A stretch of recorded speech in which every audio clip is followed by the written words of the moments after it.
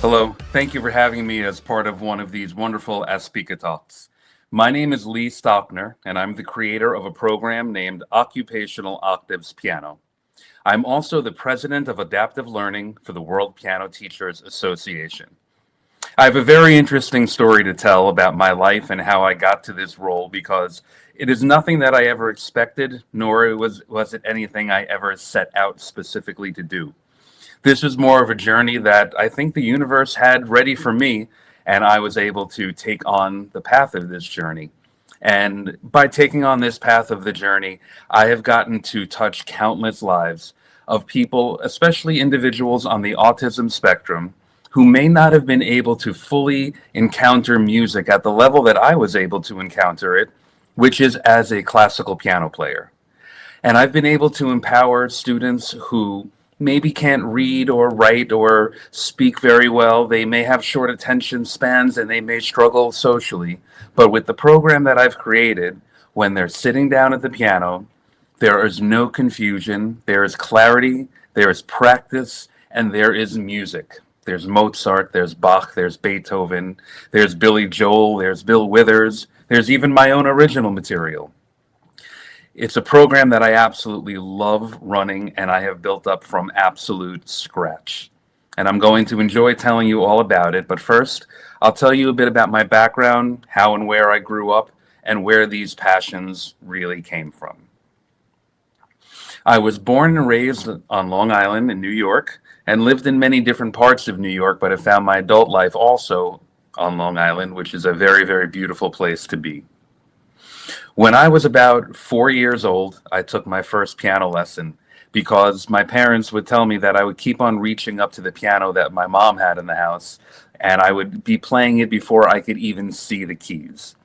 I had a teacher at 4 years old who was a cool guy, and he taught me a few things, but it wasn't really until I was about 8 years old and I moved to the town that I grew up in, and I met my real teacher. Her name was Diane. And Diane was first and foremost a woman of God, but also a woman that was an absolutely incredible, incredible classical player and a classical teacher. I credit Diane with a great deal of my evolution as a musician, as a music teacher, and as a person. She was one of the strongest leaders in my life, and I always pay tribute to her because I appreciate her so much. When I was 15, Diane first started to teach me how to teach playing the piano. Before that, for about 7 years, I was her student and I was excelling at the piano. I was enrolled in a program named NYSMA, the New York State School Music Association, where you would get judged year by year on your playing skills and get to very, very, very challenging music by the time you were into levels 5 and 6. And I was a level 5 and 6 NYSMA player, which made my talent and my skill undeniable as I would get near perfect scores each time I would go to one of these classical competitions. But in the background, I had some other things happening that weren't as focused and as strong and as passionate and as talent driven. I had gone through a series of major injuries, and I was also diagnosed with attention deficit disorder. So many different things were a challenge for me. It was a challenge socially because I spent many years outside of school in hospitals recovering from these tremendous injuries. I wasn't able to play with other kids the same way because there was always worries about the injuries themselves. And I developed, along with the attention deficit, a pretty strong case of apathy when it came to my schoolwork. I was not a great student, and I frankly didn't care all that much. But there was still the piano. It was still this absolutely undeniable force in my life. And there was still music, which was the thing that got me through these injuries and got me through months at a time sitting in a hospital bed, being disconnected from everybody. Music kept me connected, and music was my passion. And I like to tell people that at 9 years old, when I broke my leg, I broke my femur bone for the first time, that was the first time that music saved me. It was there for me completely and totally, whether it was the classical music that my teacher Diane would give to me, or it was silly rock music like Green Day. It was all that I had, and it was all that I could fully appreciate. And It was the one thing that would never turn its back in any way. Music was my passion. By the time I was 15, I was getting toward the end of high school, and I was already a music teacher thanks to Diane. And I remember writing in my high school yearbook, "Music is the soundtrack of our lives. Never stop listening, never let it die." And I have done a pretty good job of sticking to that quote because I've done everything I can as a music teacher, going back to 15 years old, to keep music alive in as many people as I can. So, I get toward the end of high school. I'm already a music teacher. I've recovered from my leg injuries, and I'm going off and trying to live like a normal 17-year-old kid. I'm getting ready to go to college at the local community college. I have a whole bunch of students of my own who I have a great, great passion for teaching, and I'm kind of moving along life. A few years later, I went away to college to a school in upstate New York where I continued to flounder educationally. I continued to be apathetic. I continued to struggle with my attention. And at the end of the day, I just didn't care that much. I wanted to come back home and I wanted to be teaching piano lessons because it was what I was good at. I could make a couple of bucks doing it. And again, I loved it. I loved the work. So I would be doing some retail jobs and also teaching some piano lessons. I would go back and forth with trying to get my education, but by that time in my early 20s, I had really given up on myself in that way. I had no faith in myself to succeed in school. I had no interest in walking the paths that other people walked because I knew that mine was very different and very individualized. So I kept on working menial jobs and I kept on teaching individual piano lessons. Finally, one day, after all the failures in school, after the social failures, after the emotional failures, after most things were failing besides my piano playing and my piano teaching, I was hanging out at the music store that I grew up taking lessons in and buying guitars from, where I was in between lessons that I was teaching. And a woman came down to the store with her son, who was about 10 years old at that time. And this young man was diagnosed with autism. And other than a few neighbors that I knew from school, I had never really encountered or experienced any time with anybody on the autism spectrum. And this young man displayed some things that in common day-to-day life might have looked a little bit strange. The way he walked was a little bit different. The way he phrased his sentences, his lack of eye contact, all of these things were a bit different than what you'd be used to. So the mom of this young man asks the manager of the music store, "Do you have anybody here that works with people that have autism?" And he said, "No, but I get the feeling if anybody could have success, it would be that guy over there." And the guy that he was pointing at was me. He just had an intuition. So I met the family, and this young man's mother, her name is Deb, who is still a huge part of my life to this day, over 20 years later. Deb told me that Chase is different in a handful of ways. Number one, she said to me, "How did you feel on September 11th, 2001?" And I said, "I was devastated, like all New Yorkers and all Americans." And she told me that Chase, her son, he didn't care. It had absolutely no effect on him at all. She also said that if he saw a baby crying, he would go into a full-blown panic attack and meltdown and really lose a sense of how to control himself because just the sound of a baby crying was so upsetting to him. So that day, I knew I was in a completely different world of things and I was going to have to adapt, which I felt prepared to do in order to have success with this young man who I took on as a student. So in our very first lesson, I had to make my very first adaptation. As I was trying to teach him about certain keys on the piano, I noticed he kept on looking at my pockets. And it dawned on me that that's because keys are in your pockets, like your house keys or your car keys. So I realized that I had to be specific about everything, and everything could be misconstrued in very, very interesting ways, but also that this young man was very, very capable of learning as long as I was capable of meeting him in the middle of his learning process. So that same day, his mom, Deb, said, "Lee, you are a natural for this field and you need to work in this field. You need to be around more and more individuals like this." So I went home and I started applying at local schools for students on the autism spectrum. And the very first one that I applied to that called me in for an interview saw this big guy. I was even bigger back then. I probably weighed about 50 pounds more, and they were very excited that I was interested in working with this population of people. When I told them the story of how I got involved and got interested, they said, "Did you know that Chase actually goes to this school?" So the next thing I know, I'm working at a school for students on the autism spectrum in what's called an ABA program, Applied Behavior Analysis, which really helped us understand how to help these students structure their lives to get things that they may have a very difficult time communicating their want or need for. I met students that were completely different from each other while all having the same autism diagnosis. Some were violent, some were as kind as can be, some wouldn't talk, some wouldn't stop talking. Every day was very, very, very interesting. And as you can imagine, because I'm a large guy, they put me with the strongest and most violent students that were in the building. So I got a real crash course on this world of autism and what other people may go through while experiencing it, and just how much help somebody may need to get through activities of daily life, like basic conversations or basic trips to the bathroom. I started to learn some amazing things and break things down in a way that was very fascinating to me, especially as a teacher. One thing that I'll never forget was when we were trying to help a student learn to brush his teeth. There were 12 steps to take that all had to be done correctly in order for you to brush your teeth properly. And that includes walking into the bathroom and not into a bedroom. That includes holding the toothbrush the correct direction. That includes remembering to take the cap off the toothbrush.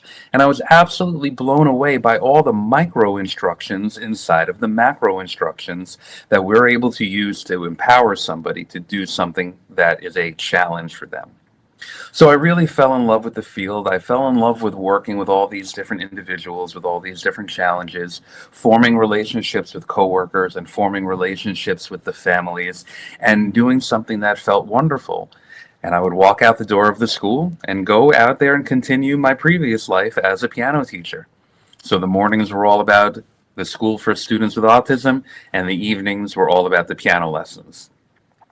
It was an inevitability that those two came together. And they came together on a day where I saw an opportunity. I saw a whole bunch of different color coordinated programs that students were working with. For example, when doing a cooking program, instead of telling somebody that they need to pour 1 fluid ounce into a cup, it may say fill the red cup and pour into the bowl.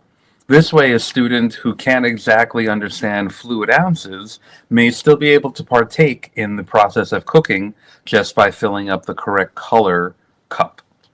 And I was very inspired by these ideas. And one day the light bulb went off over my head, and I realized, okay, a student that could type on a keyboard can move their fingers in this way.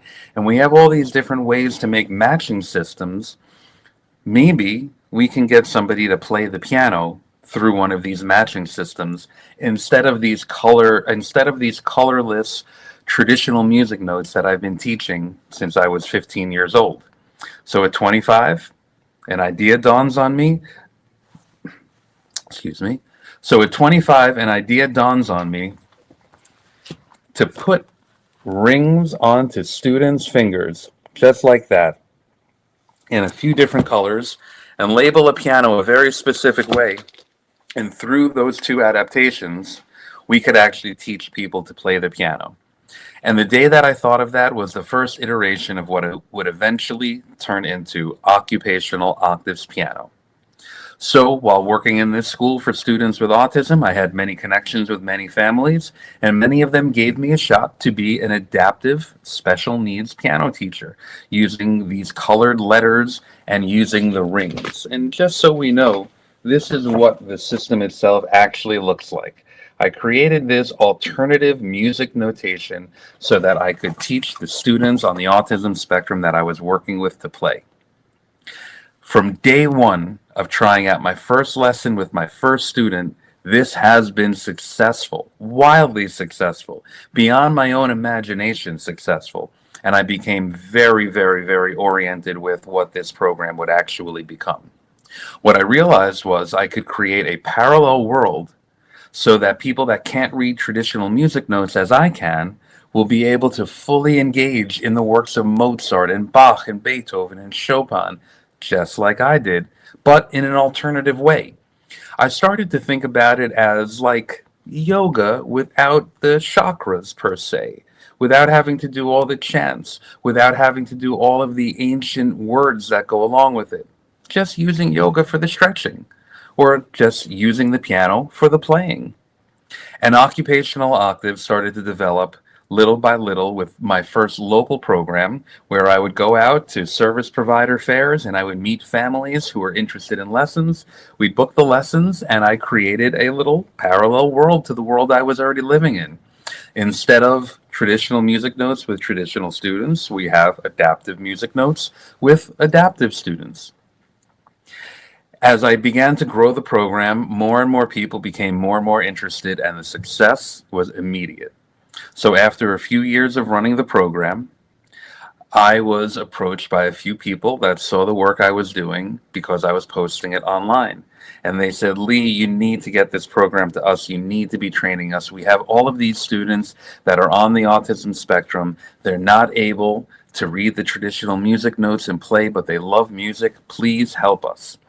So, little by little, I started to create what would eventually turn into the 8-book curriculum that is Occupational Octaves Piano. The curriculum is just like the traditional curriculums that I taught since I was 15 years old, and I started to learn myself at 5 years old, except it's written in an adaptive language that is incredibly user-friendly as emojis. Little by little, the business started to grow. I published the program so that teachers around the world could start to use it themselves, and that's exactly what began to happen. We started to sell this occupational octaves material in countries as far as Australia and as local as New Jersey. It's been going incredibly well for a long time now, and it is part of the greatest pride of my life. I made this program from absolutely zero, and now it is used all around the world by all different people with all different needs. But a question kept on coming up over and over. What about using traditional music notes? That's what I really want to learn to do. So, after years and years of having Occupational Octaves Piano out there, and teachers just like me all around the world creating their own recitals and programs that use this so that people needing an adaptive approach are able to be included in the traditional works. So, after about 10 years of occupational octaves, I began to create the Stockner method. And the Stockner method is designed for two purposes. One is to go straight from occupational octaves piano into the world of traditional music notation, and the other is to just use the Stockner method as a standalone traditional music note program for anyone who wants to learn to read traditional music notes. And this is one of those times that things really came full circle for me. Here I am with where it all started, traditional music notes, but we're using some of the work from occupational octaves to help people learn. And that's what the Stockner method does. It blends the ease of occupational octaves with traditional music notes. But along the way, I was approached by a company named Unitas TI.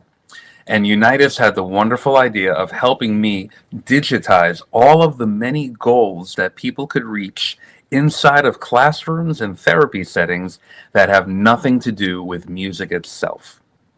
What that means is that if there's a student that is struggling to concentrate, you can use occupational octaves to help them expand on their concentration ability by giving them something they're interested in. You could use it with an occupational therapist who needs to help somebody work on their hand stabilization and their finger isolation.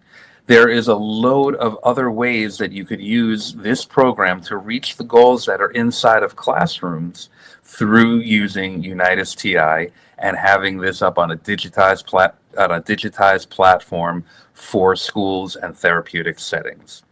So we really started to, at this point, hit on all of these different ways the program could be used. It could be used by regular music teachers who have neurodivergent students.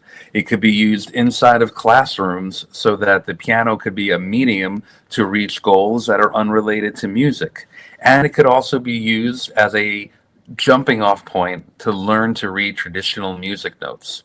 And with these three main pieces, we've been able to bring loads of instructors and students into the world of music to use it just for their needs. And that is an absolute blessing because it means more music for more people. And not just listening to music, recreating music from your own fingers. The original goal and the original passion that I had that brought me to musicianship in a way that I've chosen to be a lifetime way. Whether I'm playing, whether I'm listening, whether I'm teaching, music to me is the core of life, and occupational octaves piano is a wonderful, wonderful pathway to it. And that brings me to a very special paper that I wrote for traditional medicine research. Traditional Medicine Research, a research journal, was putting out a special issue on brain science, and I was contacted to be a part of this. And the reason why is because through occupational octaves, we broke down a bit of the code to increase in quality of life through music. And that code comes down to something called transient hypofrontality, which is a really fancy way of saying a closed mental loop.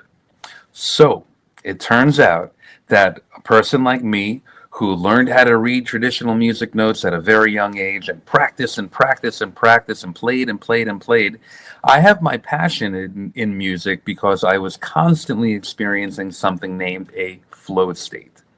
And in a flow state, all of your hard work and your expertise and your concentration and your passion come together in a moment where you play something on the piano that's very, very challenging, but you do so in a way that is absolutely effortless. Something amazing comes out of your fingers and you're barely even trying.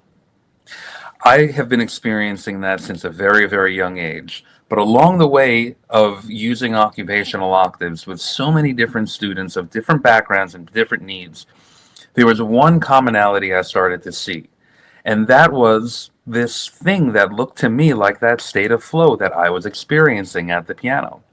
I would see it when students that were nonverbal and had tremendous challenges in behavior from everything from, oh man, one particular student who would stomp his feet so much that eventually he had hairline fractures in his leg and would slam doors so hard on his way in and out of rooms that the doors would break regularly, and is so obsessive compulsive that when he wants to cross something off a list, I've seen him cross it. I've seen him use the pen back and forth so much that he actually cuts straight through to the bottom of a pad. This particular individual shows incredible intensity, and I never see him smile because he's always in such an intense obsessive compulsive mode.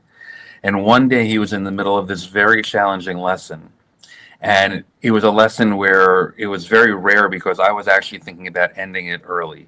He was in such an intense and boiling over looking mode. And all of a sudden, he just completely calmed and started to smile. And this young man never actually smiles, as I keep on repeating, because that's very, very important to drive home in this story. A young man that never smiles, that was in the middle of an intense, stressful moment, that I have sitting at the piano, that is doing such an intense, he's having such an intense moment that I may end the program in that moment. All of a sudden, it just stopped. And he started to smile and he started to breathe and his hands continued to move and it looked like he was putting in absolutely no effort at all. And I realized at that moment that the young man was experiencing a flow state. And the reason why he was able to do it came down to three factors of a flow state. One is concentration, and he was fully concentrated.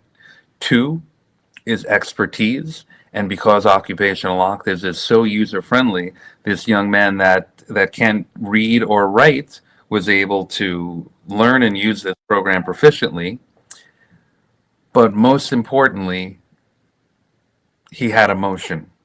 All of a sudden, the emotion poured into it. And while this young man's nickname is Poker Face because he showed such little emotion, I saw it absolutely pour out of him. And if you're a musician, you know that feeling of serotonin and dopamine flying through your body from the activity of playing music.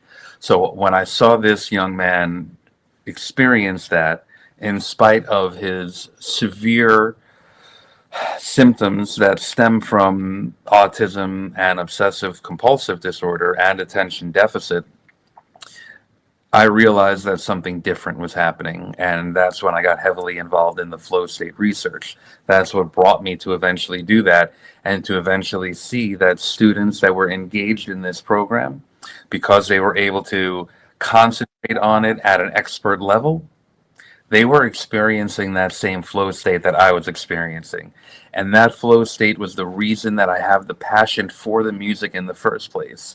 Experiencing that flow state is why music was there for me for weeks and months at a time when I would sit in the hospital bed. It's why when I started this business and had no clear path forward other than the business cards that I had made up for myself, I had the faith because music was going to be there to drive me forward. And I knew that I would get to live my life being around music all the time. So all of those driving factors, all of those flow state factors, all of a sudden became part of a reality for the students that I was working with. So while I was putting all these colors and letters on the paper for one reason, and I was creating all these clinical goals to put on United's TI and to put into classrooms, what was really going on underneath was the search for an increased quality of life through music. And I say that very seriously because the entire point of a flow state is to increase one's quality of life. And that's what music is there for. And that's what occupational octaves is there for. And when I spent countless hours by myself with colored markers on blank pages and bringing them to students and experimenting and developing and tinkering and changing little by little, I put together something so that whether you're a neurodivergent student, whether you're a traditional piano teacher, whether you're a DIY learner, you are set up through this system of colored letters and rhythmically designed boxes to actually improve your life and have a greater quality of life through the wonders of not only listening to music, but recreating music out of your own fingertips. Using this as an opportunity for passion, is an opportunity for love. It's an opportunity for engagement. And what I'd like to close this with is it's an opportunity for improved mental health. And the reason why is because on your hardest day, you could throw yourself into a new challenge. That new challenge will be clear as day. You could work on it that day. You can continue working on it as you advance. And if you've never played the piano before, and all of a sudden, a song like Fear Elise is coming out of your own fingertips, you're going to discover something new within yourself that you didn't know was there. And it is absolutely amazing. We market this program to special needs, to traditional lessons, to DIY learners, and to the aging population. There is now really no excuse for you to learn to play the piano in a fruitful, enjoyable way that will increase the quality of your life. My name is Lee Stockner. I'm very, very proud to share this program with you and a little bit about my life, and I hope that your life and the quality of it will improve through music.